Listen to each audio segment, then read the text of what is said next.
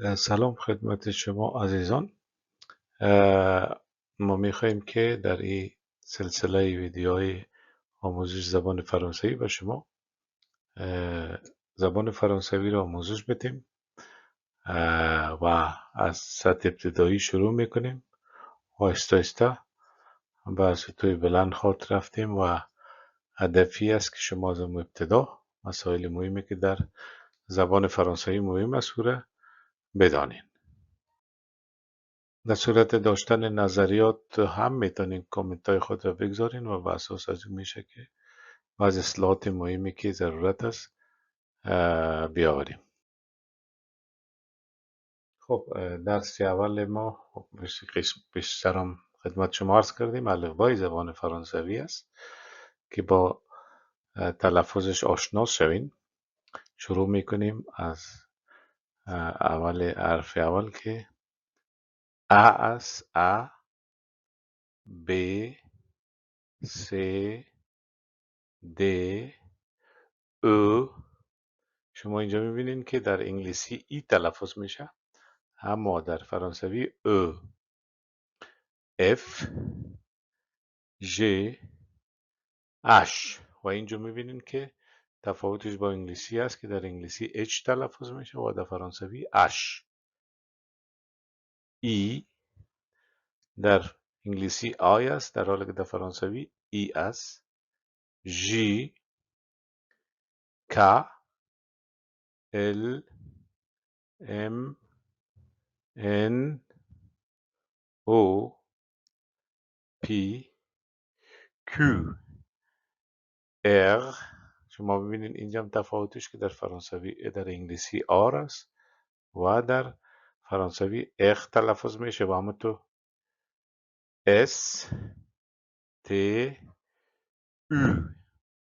و اینجا هم تفاوت با انگلیسی دیدین که در انگلیسی یو تلفظ میشه در حالی که در فرانسوی او میگن.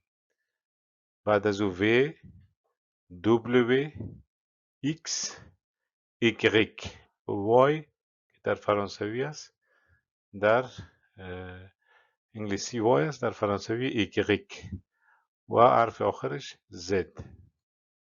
اینا رو به منظور از که بهتر بفهمین حرف با یک مثال بر شما توضیح میکنیم.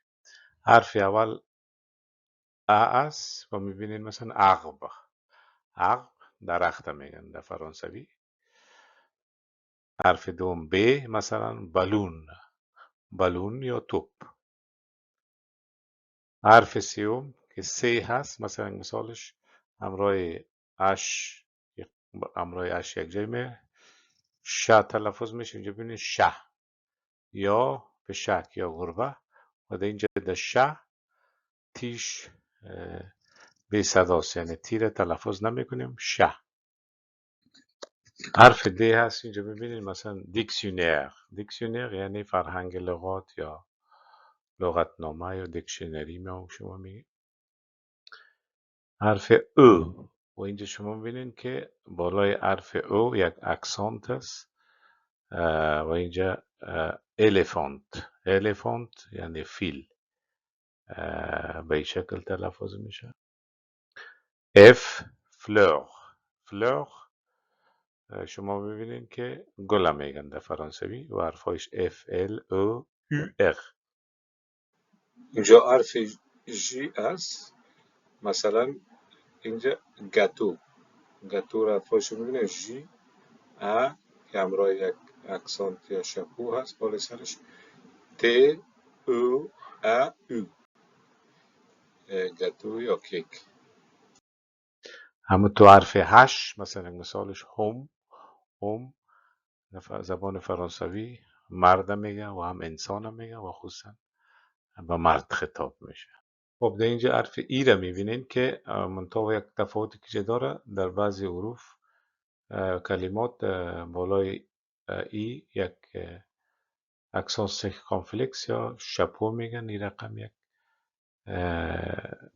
علامه میه که اینجا مثلا مثال ایس و ایل.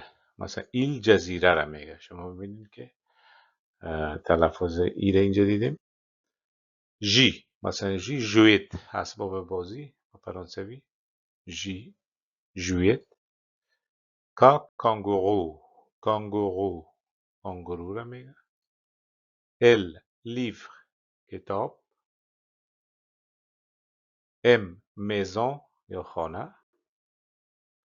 ان نه یا بینیده. اینجا میبینین که ان او زد است، منتها زیدش تلفظ نمیشه، صرف نه گفته میشه. و حرف او را اگه ببینیم یک مثالش وزو. اینجا میبینید که وزو حرفایش چی هست؟ او ای اس او ا او. پرنده را میگن در فرانسوی. در اینجا حرف پ هست، مثالش پوم که سیب میگن در فرانسوی و پ تلفظ میشه. کلمه.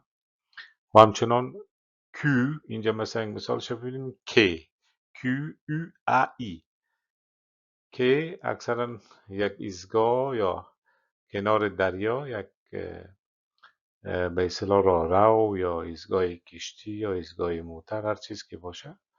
همچنان در قطار ترین همونمون راهروی که سوار میشیم رو که میگن به فرانسوی. اغ مثالش غوز، و میبینین که غوز یا گل گلاب میگن در فرانسوی، یا گل سرخ. اس مثلا سولی، سولی اینجا ببینید که الاخرش تلفظ نمیشه، آفتاب یا سولی. ت تیگر، و تیگر پلنگ میگن. شما ببینید حرفایش ت ای ج ر او.